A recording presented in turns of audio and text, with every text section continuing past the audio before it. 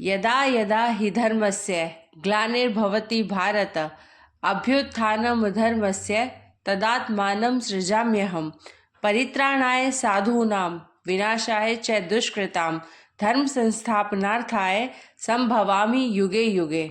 अर्थात जब जब धर्म का लोप होता है और अधर्म में वृद्धि होती है, तब तब मैं अर्थात स्वयं कृष्ण धर्म के अभ्युत्थान के लिए स्वयं की रचना करता हूँ, अर्थात अवतार लेता हूँ।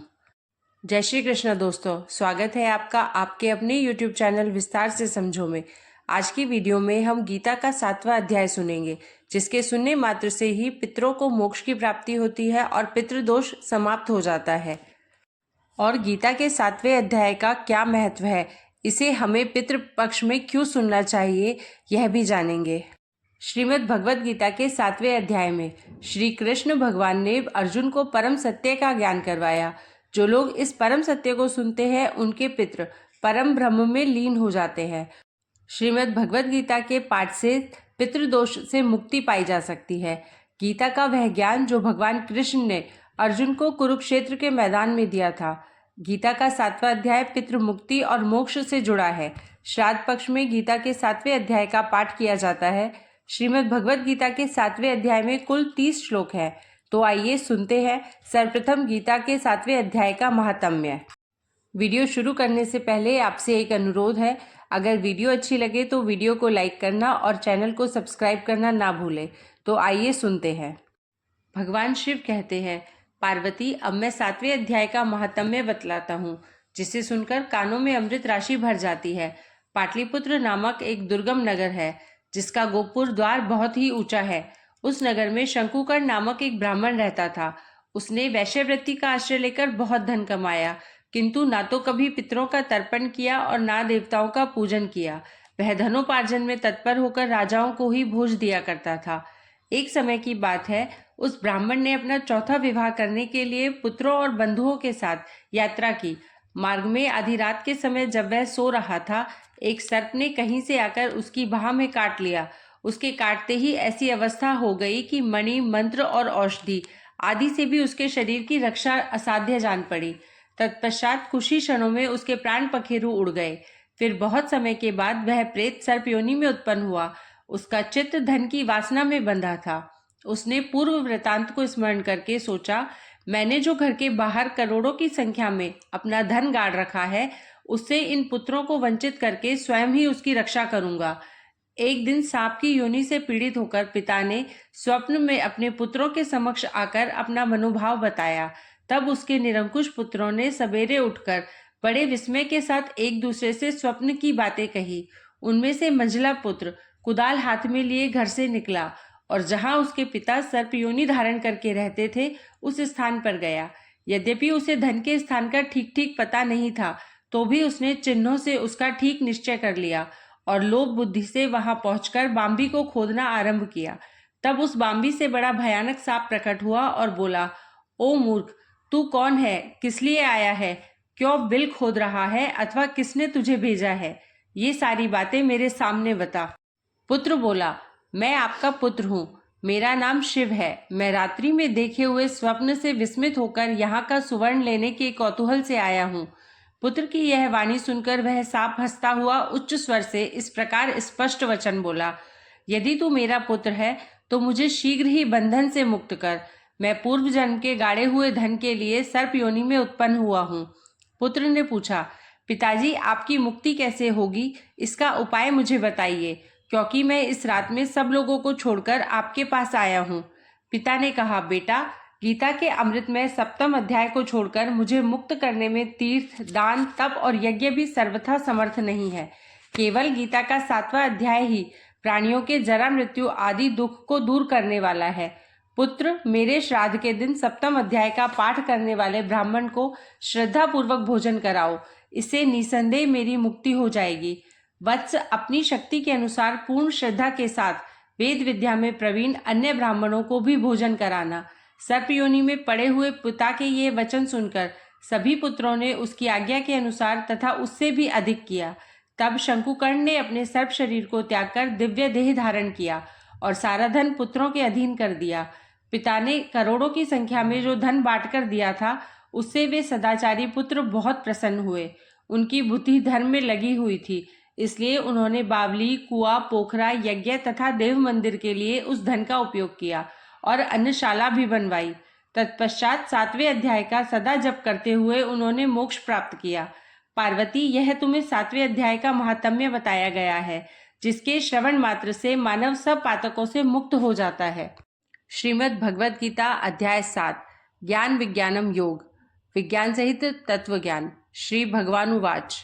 श्री कृष्ण भगवान बोले, हे पार्थ, तू मेरे में अनन्य प्रेम से आसक्त हुए मनवाला और अनन्य भाव से मेरे परायण होकर योग में लगा हुआ मुझको संपूर्ण विभूति, बल, ऐश्वर्यादि गुणों से युक्त सबका आत्मरूप जिस प्रकार संशय रहित जानेगा उसको सुन।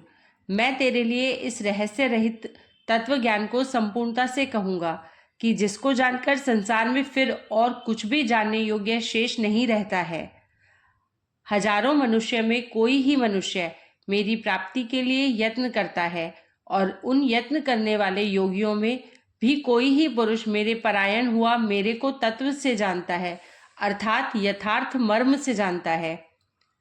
हे अर्जुन, पृथ्वी, जल, अग्नि, वायु और आकाश तथा मन, बुद्धि और अहंकार भी ऐसे यह 8 प्रकार से विभक्त हुई मेरी प्रकृति है।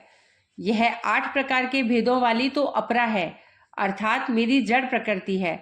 और हे महाबाहो, इससे दूसरी को मेरी जीव रूपा परा अर्थात चेतन प्रकृति जान की, जिससे यह संपूर्ण जगत धारण किया जाता है। हे अर्जुन, तू ऐसा समझ कि संपूर्ण भूत इन दोनों प्रकृतियों से ही उत्पत्ति वाले हैं और मैं संपूर्ण जगत का उत्पत्ति तथा प्रलय रूप हूँ, अर्थात संपूर्ण जगत का मूल कारण हूँ। इसलिए हे धनंजय, मेरे से सिवा किंचन मात्र भी दूसरी वस्तु नहीं है। यह संपूर्ण जगत सूत्र में सूत्र के मणियों के सदृश मेरे में गुथा हुआ है। हे अर्जुन, जल में मैं रस हूँ तथा चंद्रमा और सूर्य में प्रकाश हूँ और संपूर्ण वेदों में ओंकार हूँ तथा आकाश में शब्द और पुरुषों में पुरुषत्व हूँ। पृथ्वी में पवित्र, गंध और अग्नि में तेज हूँ और संपूर्ण भूतों में उनका जीवन हूँ, अर्थात जिससे वे जीते हैं वह मैं हूँ और तपस्वियों में तप हूँ। हे अर्जुन, तू संपूर्ण भूतों का सनातन कारण मेरे को ही जान। मैं बुद्धिमानों की बुद्धि और तेजस्वियों का तेज हूँ। हे भरत श्रेष्ठ, मैं बलवानों का आसक्ति और कामनाओं से रहित बल अर्थात सामर्थ्य हूँ और सब भूतों में धर्म के अनुकूल अर्थात शास्त्र के अनुकूल काम हूँ। और भी जो सत्वगुण से उत्पन्न होने वाले भाव हैं और जो रजोगुण से तथा तमोगुण से होने वाले भाव हैं, उन सबको तू मेरे से ही होने वाले हैं, ऐसा जान। परंतु वास्तव में उनमें मैं और वे मेरे में नहीं है। गुणों के कार्य रूप सात्विक, राजस और तामस, इन तीनों प्रकार के भावों से अर्थात राग, द्वेषादि विकारों से और संपूर्ण विषयों से यह सब संसार मोहित हो रहा है। इसलिए इन तीनों गुणों से परे मुझ अविनाशी को तत्व से नहीं जानता, क्योंकि यह अलौकिक अर्थात अति अद्भुत त्रिगुणमयी मेरी योगमाया बड़ी दुस्तर है। परंतु जो पुरुष मेरे को ही निरंतर भजते हैं वे इस माया को उल्लंघन कर जाते हैं, अर्थात संसार से तर जाते हैं। ऐसा सुगम उपाय होने पर भी माया द्वार हरे हुए ज्ञान वाले और आसुरी स्वभाव को धारण किए हुए तथा मनुष्यों में नीच और दूषित कर्म करने वाले मूढ़ लोग तो मेरे को नहीं भजते हैं।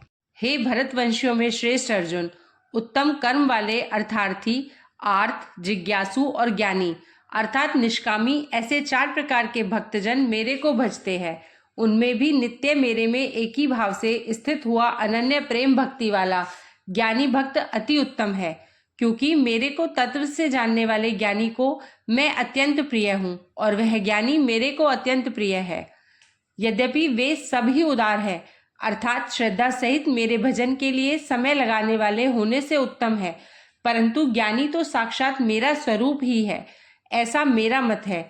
क्योंकि वह स्थिर बुद्धि ज्ञानी भक्त अति उत्तम गति स्वरूप मेरे में ही अच्छी प्रकार स्थित है, जो बहुत जन्मों के अंत के जन्म में तत्व ज्ञान को प्राप्त हुआ ज्ञानी सब कुछ वासुदेव ही है, अर्थात वासुदेव के सिवा अन्य कुछ है ही नहीं।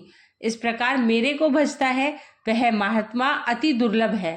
हे अर्जुन, जो विषयासक्त पुरुष है वे तो अपने स्वभाव से प्रेरे हुए तथा उन भोगों की कामना द्वारा ज्ञान से भ्रष्ट हुए उस नियम को धारण करके, अर्थात जिस देवता की पूजा के लिए जो जो नियम लोक में प्रसिद्ध है, उस नियम को धारण करके अन्य देवताओं को भजते हैं अर्थात पूजते हैं।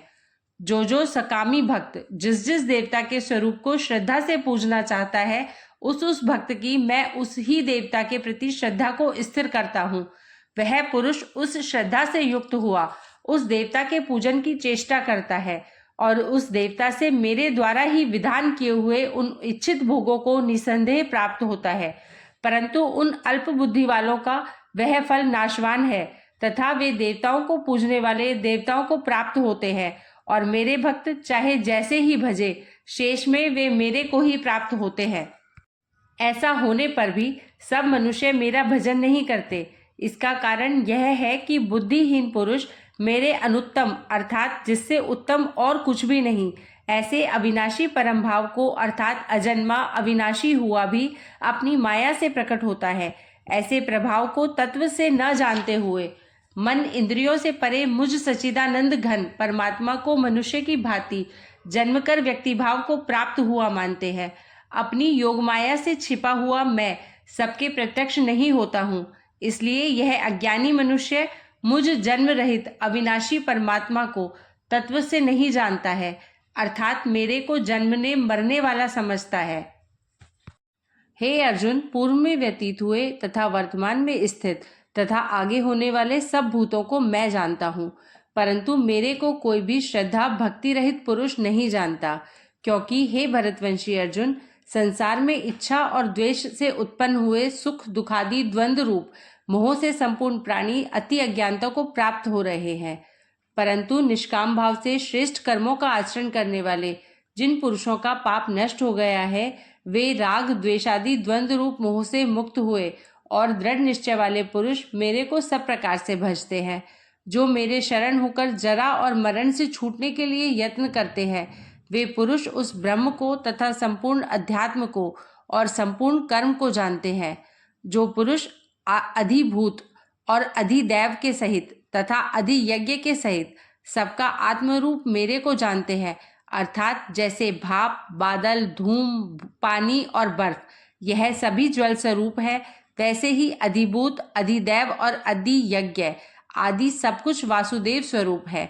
ऐसे जो जानते हैं वे युक्त चित्त वाले पुरुष अंतकाल में भी मुझको ही जानते हैं, अर्थात प्राप्त होते हैं। इति श्रीमद् भगवद गीता रूपी उपनिषद एवं ब्रह्म विद्या तथा योग शास्त्र विषयक श्री कृष्ण और अर्जुन के संवाद में ज्ञान विज्ञान योग नामक 7वां अध्याय।